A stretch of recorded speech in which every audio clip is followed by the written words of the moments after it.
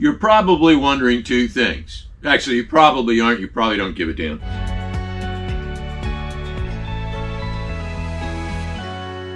I'm Drew, and I'm the pilot of the Hellbender's racing team. The pilot's the guy that runs the handlebars. The co-pilot, or monkey, is the one that climbs all over the bike. My job as the pilot is to control the speed and to pick the lines through the corners. The co-pilot, or monkey's, job is to hang off the bike so that we don't slide out, go in one direction, or tip over from the other direction. You may think that the hard part of getting into sidecar racing is finding a monkey. It's actually not. There's like two types of people in the world. There's people that think the whole enterprise is crazy, and then there's people that go, that's crazy, I want to try it. I said to my co-pilot and wife, Chloe, do you want to get into this with me? And she's like, oh yeah. She falls into the second category. So finding the co-pilot is not the hard part.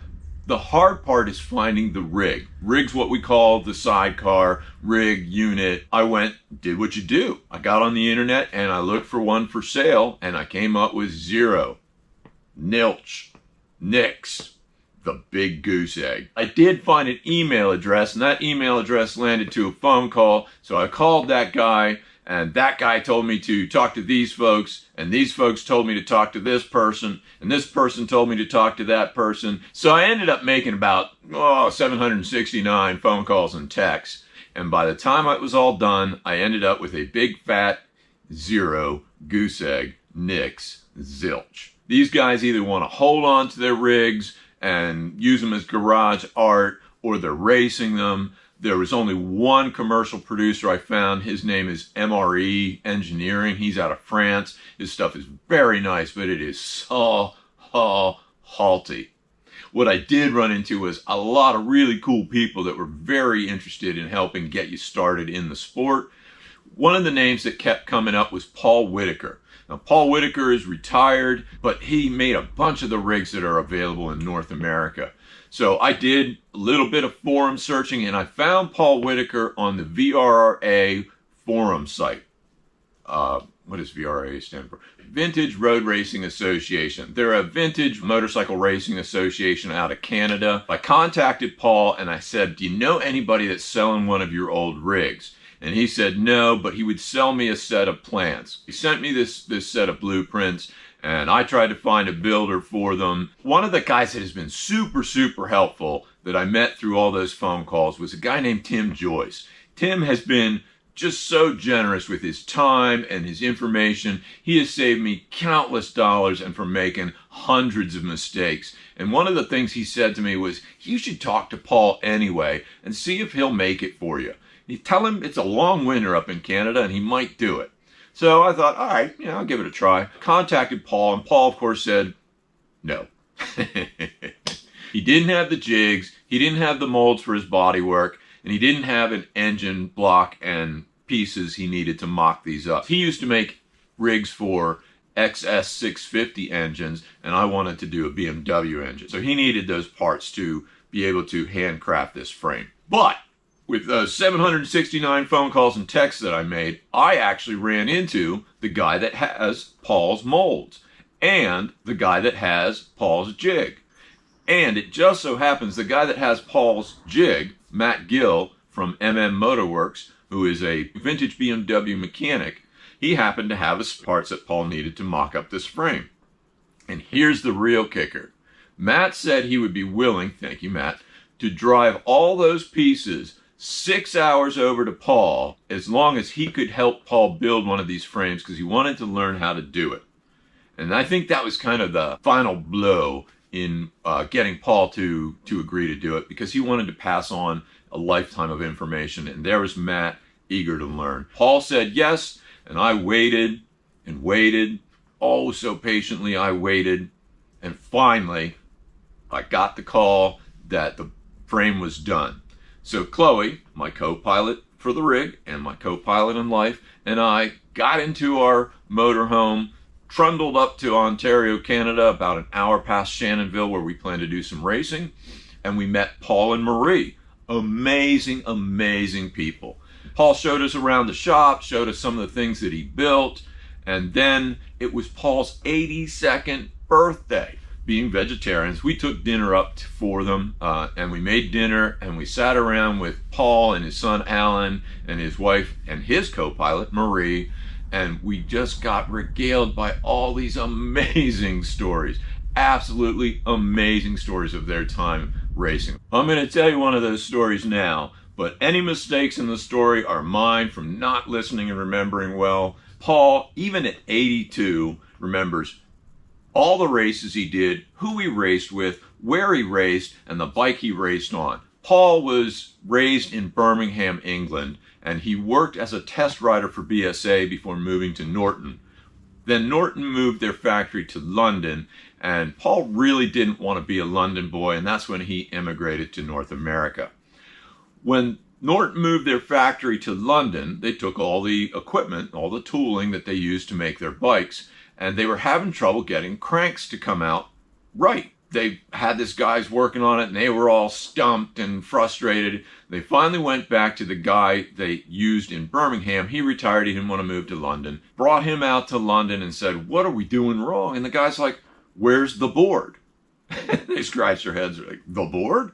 He said, "Yeah, there's a board. You got to wedge it into the back of the machine and then crank down on the board to hold the machine tight so it cuts the cranks correctly." It was the special board. This was how things were back in the heyday of motorcycling. Let's take a little bit of a tour around the bike. Who doesn't like shaky hand cam footage? This is the area where Chloe will command. She will be leaning from one side to the other as we go around corners at, well, vintage racing speeds. Next thing I want to show you is this drum brake. I have to use the technology that was available in the 70s, 1972 or earlier. It is from a Mini Cooper. It's a hydraulically activated drum brake, which means the handlebar unit will operate both the front disc brake and this drum brake, and you put a proportioning valve in to control how much pressure goes to each one of the two brakes. The next thing I want to show you is the toe-in. Toe-in is how the chair wheel is angled in towards the bike. Just the nature of sidecars is the sidecar will pull the bike, so you're always going to be fighting the bike to the side opposite the chair. So if you have a little bit of a toe into that wheel, then the bike tends to run a little straighter. To set toe in, you put two straight edges across the rear wheels, and you measure across the back, then you measure across the front, and you subtract them. To change it to get it where you want, you would pull it in the front or push it out in the back. As you can see on the race rig, there are no adjustments. Everything is solid mounted. Paul says that with this rig, you want to set the toe in at about 1 inch over a 6-foot span. To make adjustments on this, that plate's bolted on, so you would put some spacers between that plate and it would move it out as you needed it. The last thing I want to show you is the trail. Trail is how far out the axle is from the rake or the angle of the fork. More trail means the bike's going to track straighter. Less trail means the bike's going to turn quicker. With a sidecar, because of that extra weight, it can be tough to steer. So you actually want to reduce the trail to make the steering a little bit easier. Generally, there's a couple ways to do it. You can change the triple trees, which is what holds the forks, or you can build one of these things called a leading link. This is my leading link on my street rig. It was built for me by a friend of mine, Chuck Lofton. Thank you, Chuck. It is not an adjustable leading link, but it does make the steering so much easier. This, on the other hand, is an adjustable leading link. As you get better at racing, you want faster turning. This was actually the rear swing arm from an old Yamaha, and it has the axle adjuster. What the axle adjuster did, when the chain stretched, you could move it back and tighten the chain back up. What it does here is lets me adjust my trail. Kind of a clever little thing Paul came up with. So that's a little bit of a tour around Helga's frame, made by Paul Whitaker just this year, 2023, signed by Paul Whitaker. He really didn't kind of want to do that, but we twisted his arm a little bit. We're going to put her engine in. If you want to see the Finding Helga's 1,500 mile, 50-year-old engine, we get to see a cool place with lots of cool bikes. And then there's a whole series on what we did to that engine that you are welcome to wade through if you'd like. I'm Drew from Hellbender's Racing Team. And I'm Craig from RDH Garage.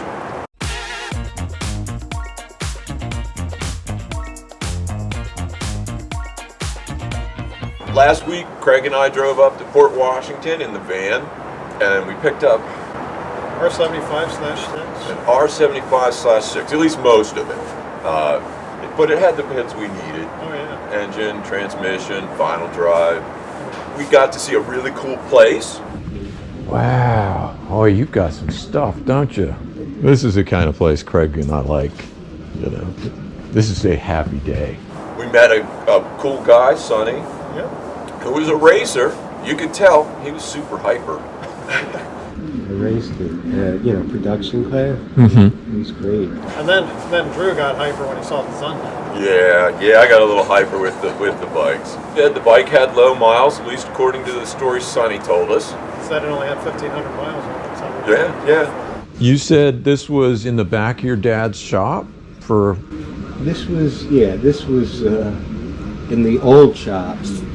I don't remember what the story is. Came in for repairs, just service or whatever, and the guy left it there and could never get in touch with him.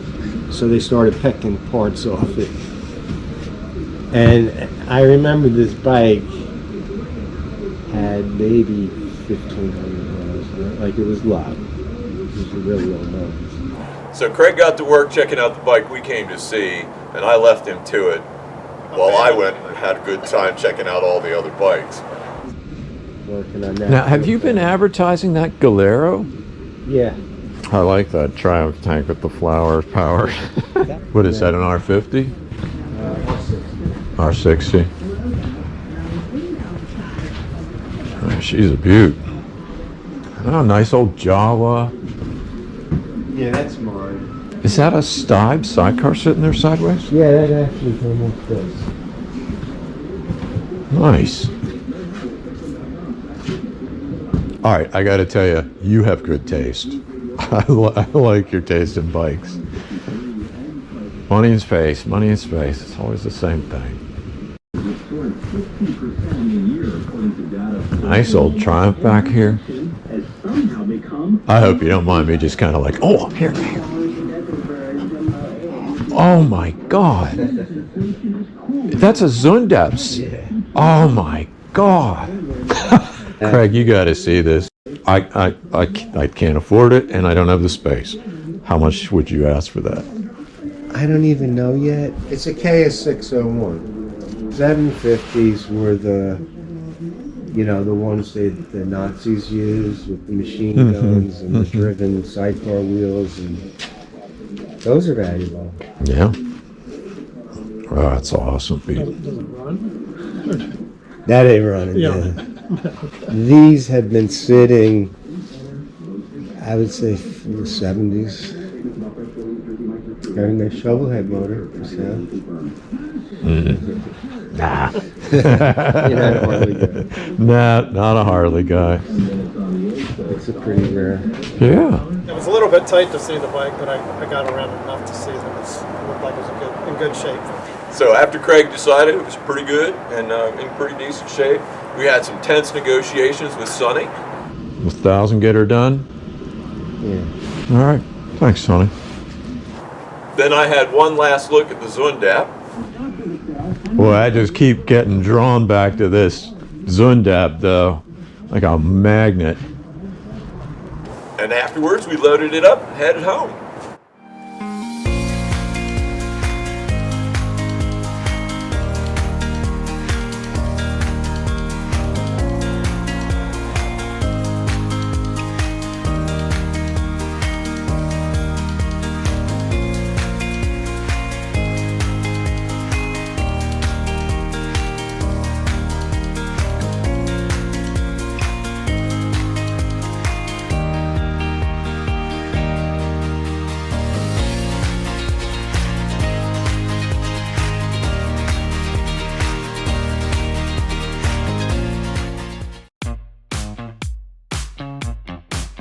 Today I want to talk a little bit about race bling. My racing buddy Tim Joyce, he told me don't spend too much time tricking out your engine. He said the most important thing for the first year of racing is to get in the laps. Go around that track, learn how your bike handles. It is way more important to have a reliable engine than it is to have a fast engine. Basically, that's a very polite way of saying the slowest thing on that bike is going to be the driver. I did do a few things to this engine, but I kept that advice in mind. First thing I want to show you are holes. Holes go with racing like hanky with panky, cut and paste, I don't know, other stuff that goes together really well. I can't tell if my head's in it or not.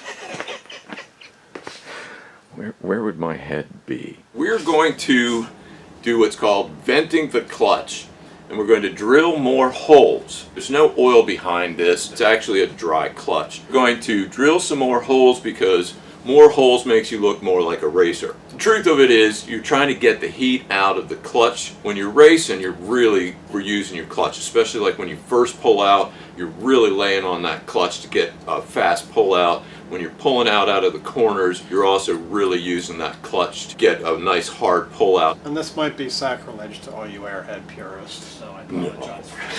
No. Some images may disturb sensitive viewers.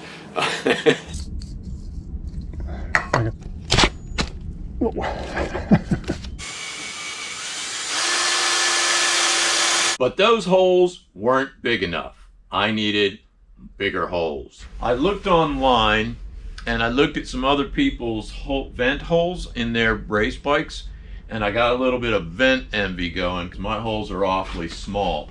So I flattened out this piece of license plate because Craig and I already put the clutch and flywheel on, so I didn't want to run the drill bit into the teeth of the flywheel. So we're going to put that in there. We're going to put this in here to suck up any shavings, and then I'm going to grease the crap out of my drill bit, and we're going to make some bigger holes.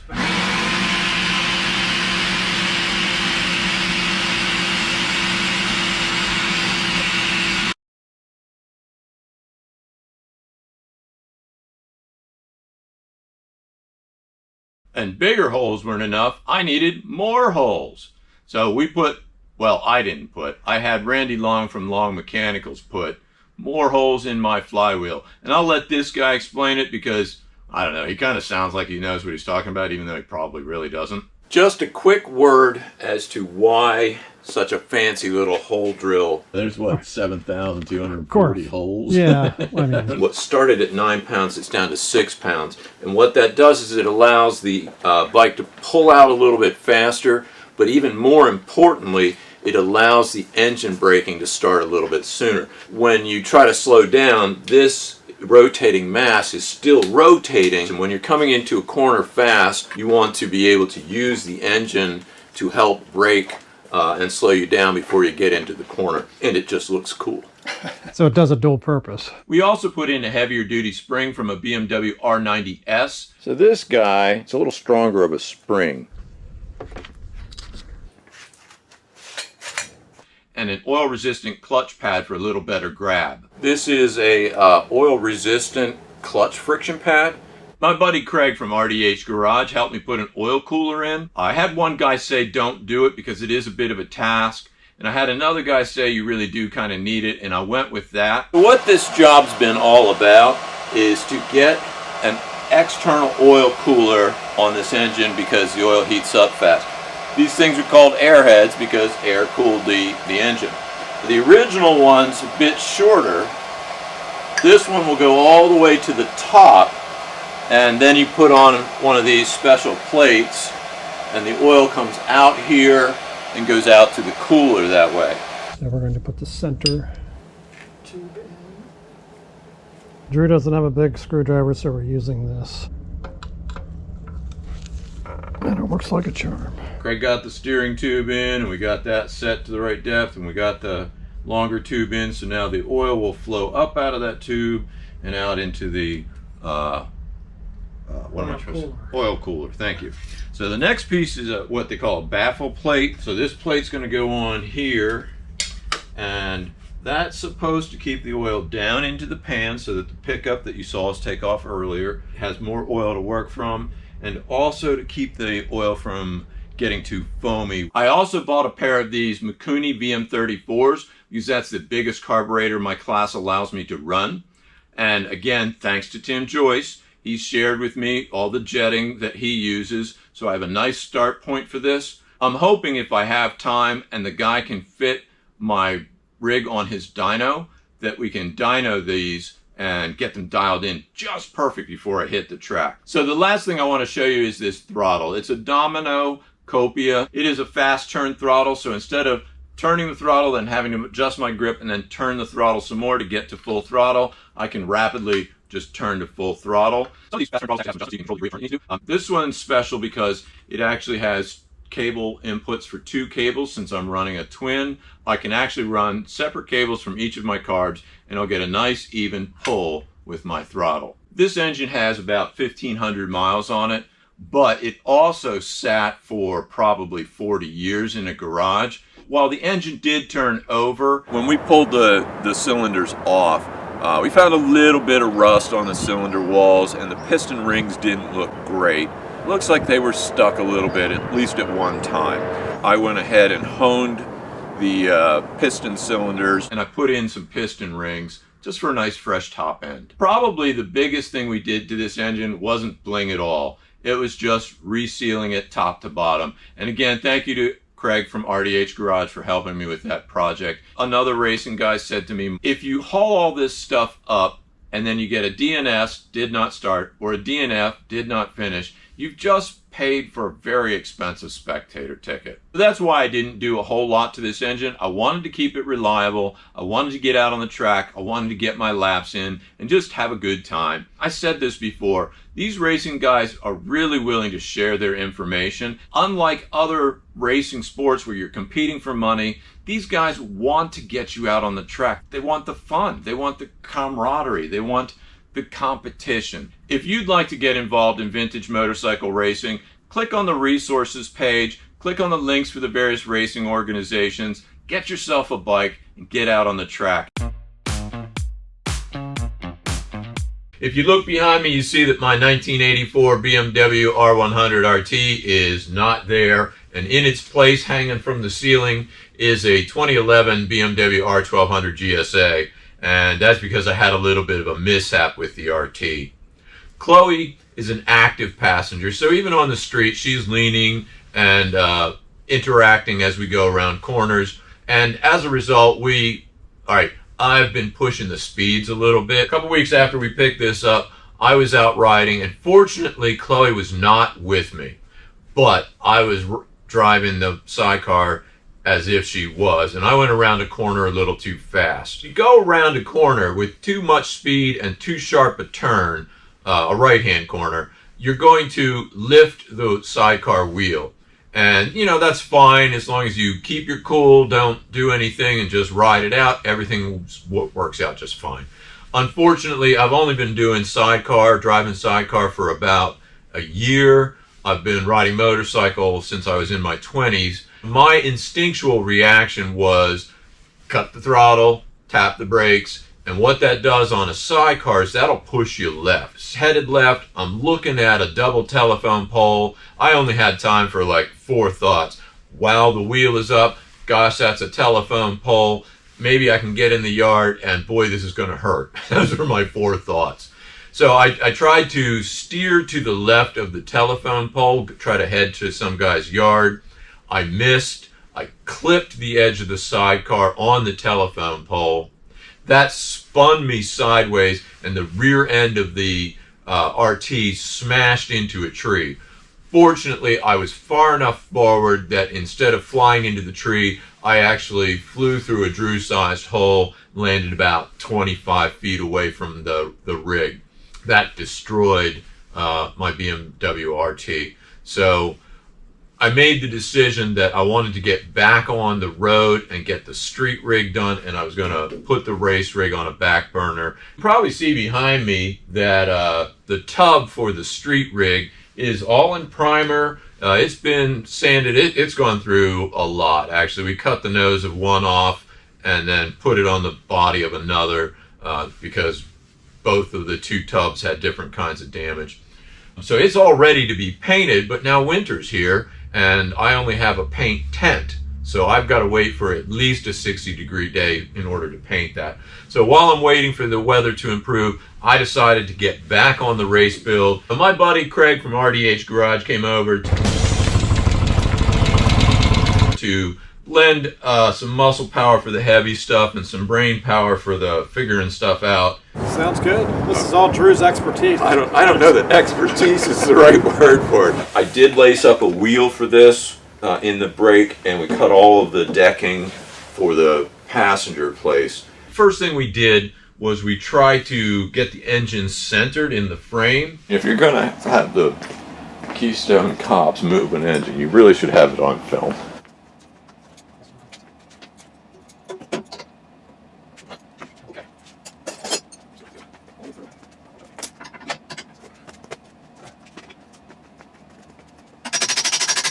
We quickly realized that actually this engine needed to be lined up with the swing arm, and we were working backwards. We got to figure out what's centered and then decide which side we want to grind from. So what do we kind of consider centered? Basing it on the transmission and swing arm. Yeah, I don't know. You do. Maybe that's what we need to do. So as you can see, Paul built a little bit of a removable bar here in the frame so that we can get this stuff in and out. We did the swing arm, we put the transmission on. So does it just need a tap? Let's go. All right, transmission in. With a disappointingly small amount of struggle. And then we started figuring out how to line the transmission output with the drive shaft so that we could figure out where the spacers were and where they went. We really aren't much further than the last time you saw us. It took us maybe half an hour to put the swing arm and the transmission in. The rest of that day was spent trying to get these rods to go through, to try to get the spacers in. And the first big problem we had was there was a lip on the tubes. How critical is this? How critical is what? Like this sleeve here, could you just ream that out a little bit? And I finally agreed to grind it down. This is a hand-built frame, and you know, welds walk a little bit, and so they didn't line up perfectly, especially when you had the spacer in and everything was super tight. So we got two of the spacers in, we took some measurements, I ground and ground and ground, and then I ground and ground and ground, and then I ground some more, and then we finally got all the spacers to fit, but then we were tasked with trying to get the engine in just the perfect alignment that we could get these rods, mounting rods through.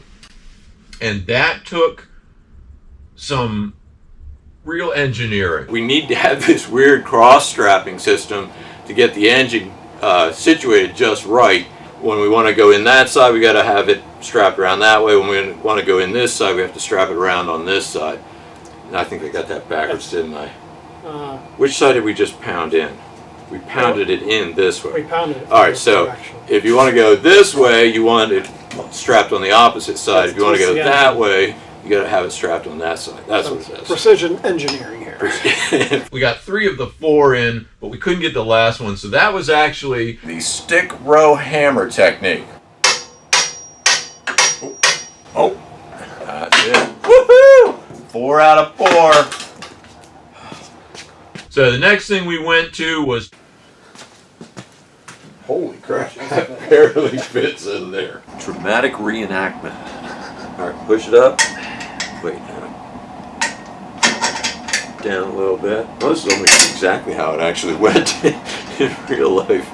Amazing. As much as that doesn't look it, that is actually level. So yeah, spacer not needed. So that alarming gap I just showed you in a close-up, that's actually meant to be there. From 1954 to 1974, BMW won 19 driver and 20 manufacturer sidecar racing championships. Because the engine has the opposed twin and sits down so low, the center of gravity is really low, which gave them really great handling characteristics. enhance that further, the engine has been moved forward a little bit, and then you build a spacer. You don't build it. I don't build it. I send out to a guy, and he's going to lay the spacer to fit in between there. What's not sitting on where, right? I think the brake's not sitting on its post. Okay, quick update. The brake pads, there was something wrong with them, manufacturing flaw. So we're going to put the wheel on without them so I can continue with the dry fit. Wheel take 2.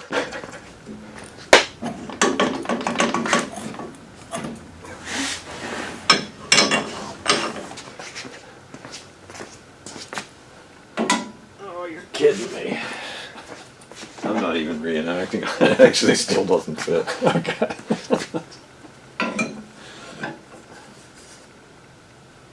Custom work. Hey, all right. Oh, she's starting to look like a bike. Give her a run.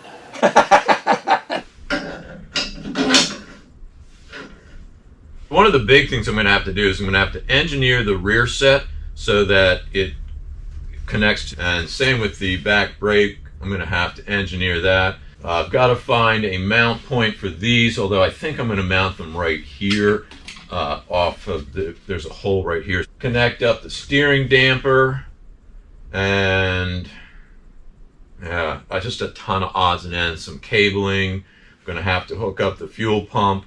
So I've got quite a bit of work ahead of me. So this is really dry build part 1A. But in the meantime, we couldn't resist giving it a little bit of a try. And that's what it's supposed to look like when it's in motion. Until the next time, notice that I didn't ask you to hit, smash, poke, or otherwise indicate that you liked this video by doing something to the like button or subscribing, because quite frankly, everybody is doing that now because of the algorithm, and I find it so darn annoying. If you want to, fine. If you don't, frog the algorithm. I'm Drew from Hellbenders. You're probably wondering 2 things. Actually, you probably aren't. You probably don't give a damn. Number 1, why didn't I say Hellbenders Racing? And number 2, why am I sitting on this massive, beautiful sidecar in the middle of my garage? They're kind of related. I'm sitting on this because I built this last year, and I kind of wanted to prove to anybody on the internet, because, you know, we all have to justify ourselves to the internet, that I do actually finish projects. So to the Hellbenders Racing thing, this took a year. I kind of let the racing sidecar go during that year. And then, of course, life does what it does. It gets in the damn way of your plans. It's Paul Whitaker's, possibly his last rig. And it's got that low mile engine and all these great parts. And it was just such a special thing. It didn't seem right to keep it in my garage. And I did find somebody that wanted to buy it, and they're getting a heck of a deal and a heck of a rig, and I hope they really appreciate it and use it the way it was intended to be used. Today's video is really about me kind of wrapping up some odds and ends with it to send it off, you know, in the best condition I can to get that guy the best head start he can have. I can't wait to take it out and ride it all summer. I got to ride it a little bit at the end of fall last year, but I didn't get to use it down dirt roads and all the good stuff this thing's built for. So I am so excited for good weather. Getting the bike packed up, put the deck on, put the matting on, put the covers on just temporarily for the shipping process. Taped up the holes again for the shipping process. Boxes of parts. Some of these are from the original bike before we tore that all apart. We got some throttles and the new carbs and stuff in here. More parts. The entire stuff for the exhaust in this box. These are mostly gaskets. I wanted to finish up a few odds and ends just because I thought it would be easier for me to do it than for him to try to figure out what I was thinking. So today I'm going to try to just thread this so that I can put some stops in it. This has some burrs, but I don't feel like digging out the air compressor, so I'm going old school.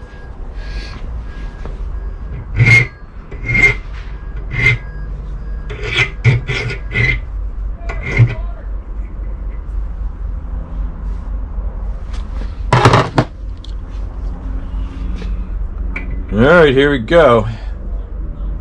seen this done, but I've never done it.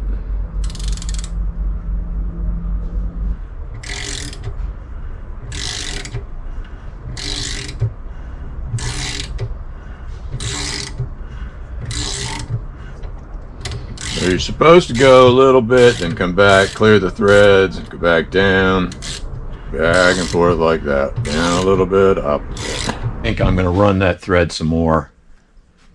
I don't know. I'm here. Why not? All right. Unless the new owner has crazy long legs, that should do it. And we're getting to the bend anyway, so I couldn't thread that around the bend. So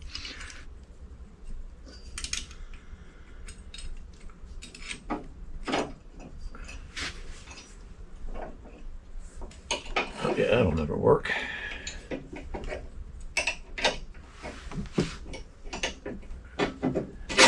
All right, you're just gonna have to excuse my melon if you can't see. All right. Ta-da! No. Okay. Yeah, guess you can't adjust it back that far because if you do, you don't have enough throw. Or you'll have to cut it off. So yeah, new guy, if you want that pedal back more, you're probably gonna have to cut the end of this so that it doesn't strike. The shifting rear set was a good bit more complicated because it's got to stand out from the bike a little more. So what I did, and again, this is a Tim Joyce solution, and thank him for that. So this is from a newer BMW. It's replacing the shift lever. You'll see that later. Then I'm going to put this standoff on it. We'll use a cup and ball system to make the connection. That'll run down the length of the bike to another cup and ball setup that'll run through this pedal. He'll have to adjust that for himself because if you put this one way, it's race shift. In other words, it's up one, down the rest. Or if you put it the other way, it's the normal shift, down one, up the rest.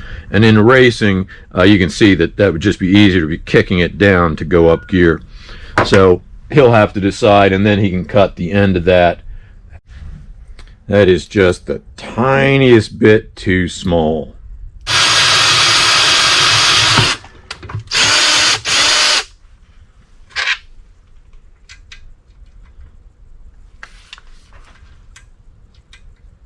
Not quite. Son of a gun. I didn't want to go up to the next size drill bit because it was a lot bigger, and I didn't want it to be loose in the shifting. I didn't want any play in there. So I decided to try to tap it.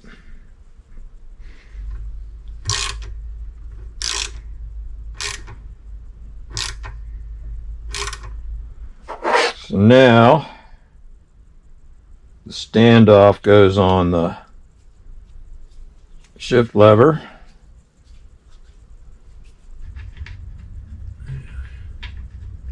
You got that or that, so I'm putting it in the down position.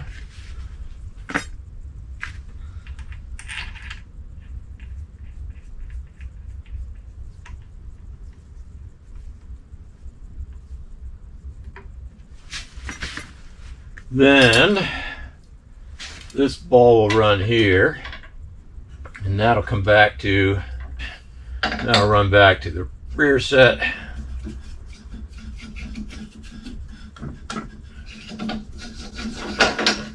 And again, he'll have to cut that to accommodate, however he wants to shift this. Yeah, so the problem is it's got a clearance this down to, but it's almost like it should be here, but that's going to get in the way of a foot. Well, guess what? I guess there's some things to solve yet. Probably the easiest would be to put a bigger standoff here. I caught norovirus, not a great idea, and it definitely meant I wasn't able to get anything more done to the race rig before we shipped it off. But it is shipped off. We packed her all up, we pallet wrapped the parts so that the bodywork wouldn't go flying all over the place, and we took it over and stuck it in a Rello cube. Now that rig's 7 feet long, and the inside of a Rello cube is about 6'6". So yeah, I mean, it's not like you can just pick it up, turn it sideways, and slide it in. That was a bit of an engineering feat, and thankfully my friend Doug was there, or it just would have never happened. But it's on the way to its new owner. It's traveling across the country. I have to confess, I have some mixed feelings about all of that. Chloe and I were talking the other day, and we decided to come up with a list of the things we would grab once we knew each other was safe if the house was on fire. And we came up with a whopping 3 things. And, you know, I'm just not attached to stuff. I'm not that kind of person. I don't have a real big emotional connection to things. But I've got some real mixed feelings about getting rid of this race rig. First of all, I mean, it's a really special thing, and it's one of a kind. It'll never happen again.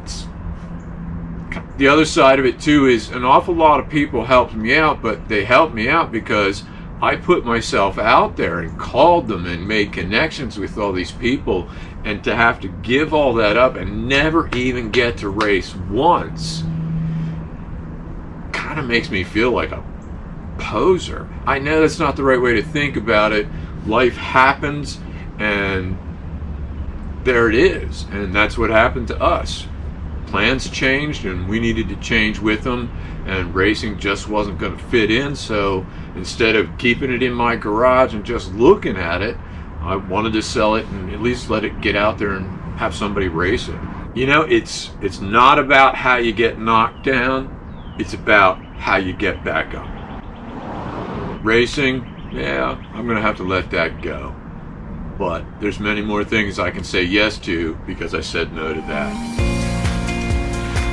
Thank you, and see you soon.